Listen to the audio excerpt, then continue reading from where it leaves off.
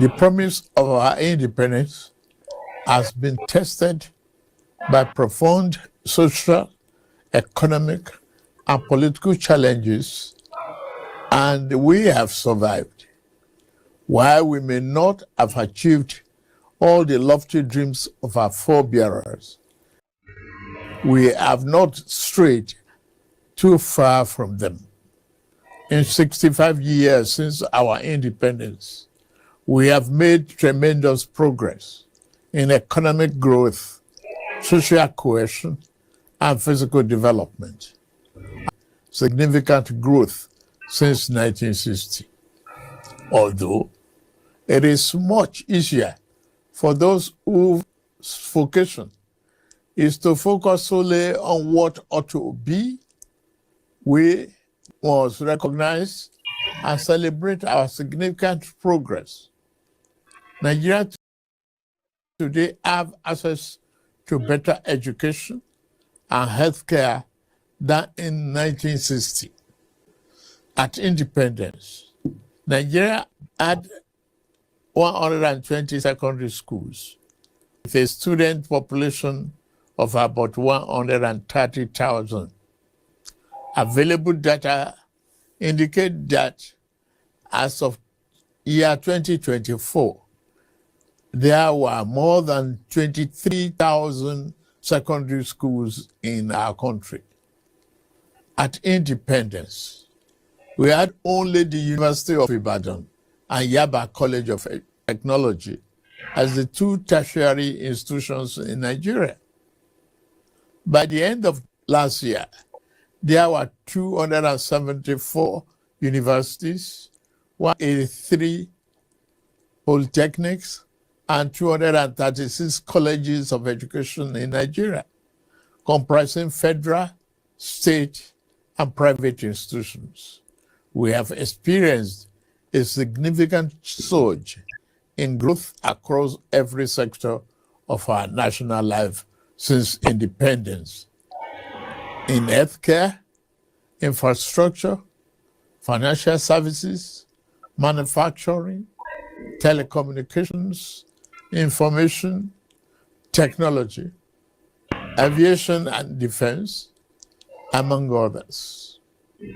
Our country has experienced both the good and the bad times in its 65 years of nationhood. As it's normal for every nation and it is people. We fought a bitter and avoidable civil war, experienced military dictatorships, and lived through major political crises. In all this, we weathered every storm and overcame every challenge with courage, grit, and uncommon determination. While our system and ties that bind us are sometimes stretched by insidious forces opposed to our values and ways of life, we continue to strive to build a more perfect union where every Nigeria can find better. For the last decade, under APC incompetent, divisive, and corrupt leadership, Nigeria has been greatly diminished. In 2007, our total debt was about 2.5 trillion. Only about 10% of our GDP, debt forgiveness of over $30 billion. By 2014, Nigeria had become Africa's largest economy and was primed to achieve middle income status.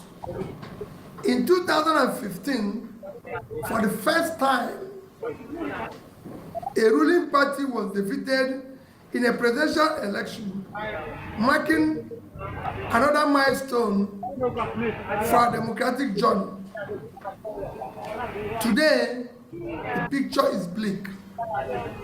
Our total debt stands at about 170 trillion, nearly 50% of our GDP, without any improvement in our productive sector. Nigeria has now fallen to the fourth largest economy in Africa, behind South Africa, Egypt, and Algeria. Our democracy is now described as undemocratic. In just 1 year of this administration, 15 million Nigerians were pushed into acute poverty.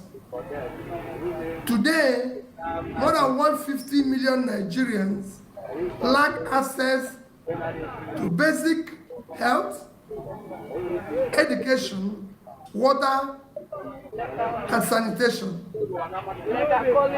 The number is growing daily under the APC government that pursues brutal revenue-driven policies while ignoring the people's welfare.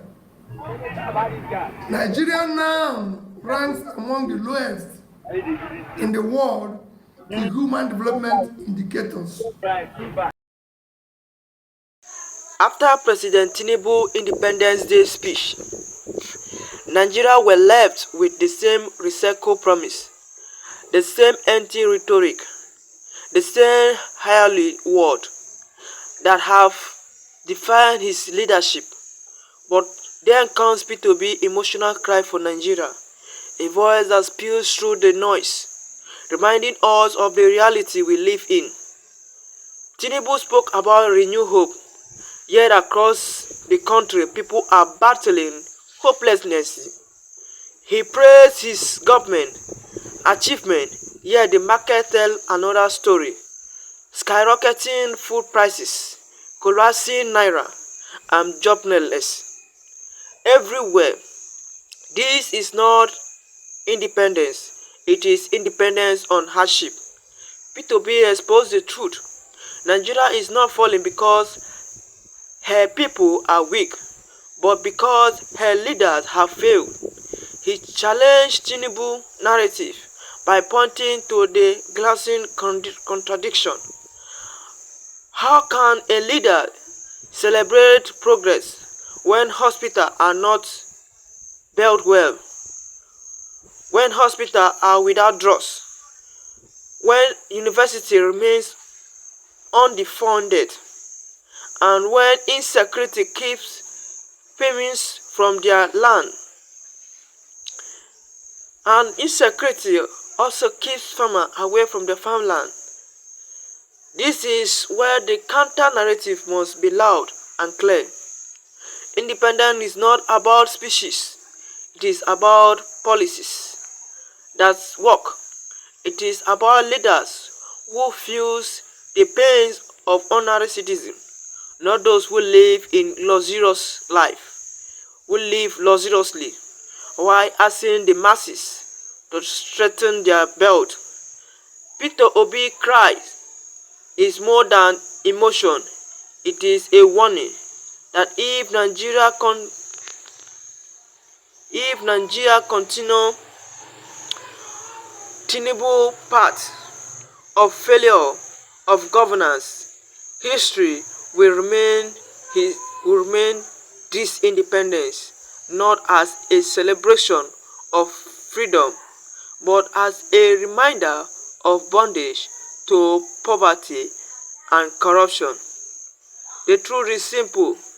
Nigeria deserves leaders who speak less and do more. Leaders who do not just make Independence Day with framework, but with real change. Tinubu's speeches, while he tries to polish failure, but Obi cry, expose the cracks in foundation, and unless action replaces rhetoric, Nigeria will keep sinking.